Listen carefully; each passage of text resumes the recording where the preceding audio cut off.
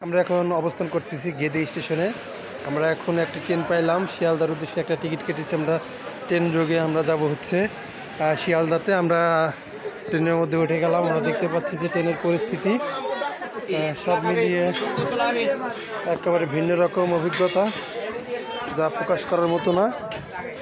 কারণ অনেক লাঞ্ছনা বাঞ্ছনা পার করে আমাদের এই ট্রেনের টিকিট কেটে ট্রেনে আমাদের উঠতে হয়েছে।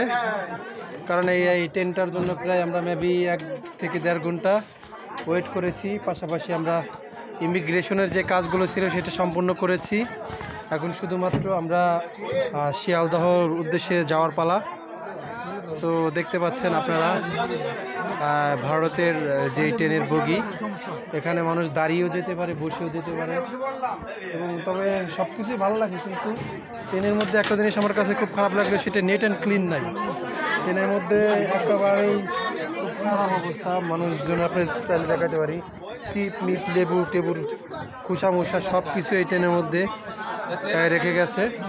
আসলে এটা মানে আমার কাছে কেমন জানি লাগলো এই বিষয়টা। আপনারা দেখতে পাচ্ছেন যে আমাদের এই ট্রেনের মধ্যে আমাদের শুধুমাত্র বাংলাদেশেরই সব ভাই বিরাদাররাই রয়েছে। বিশেষ করে এই যে সামনে 17ই ফেব্রুয়ারি আপনারা জানেন যে মওলা পাকের উরুস পাক উপলক্ষে যেই উরুস হতে যাচ্ছে, সেই উরুস উপলক্ষে এই ভক্তবৃন্দরা সুদূর বাংলাদেশের রাজবাড়ী জেলা, পাবনা জেলা সহ বাংলাদেশের বিভিন্ন জেলা থেকে এই উরুসে যোগ দিয়ে থাকে। আপনারা দেখতে পাচ্ছেন এখানে মা ও বোনেরাও রয়েছে।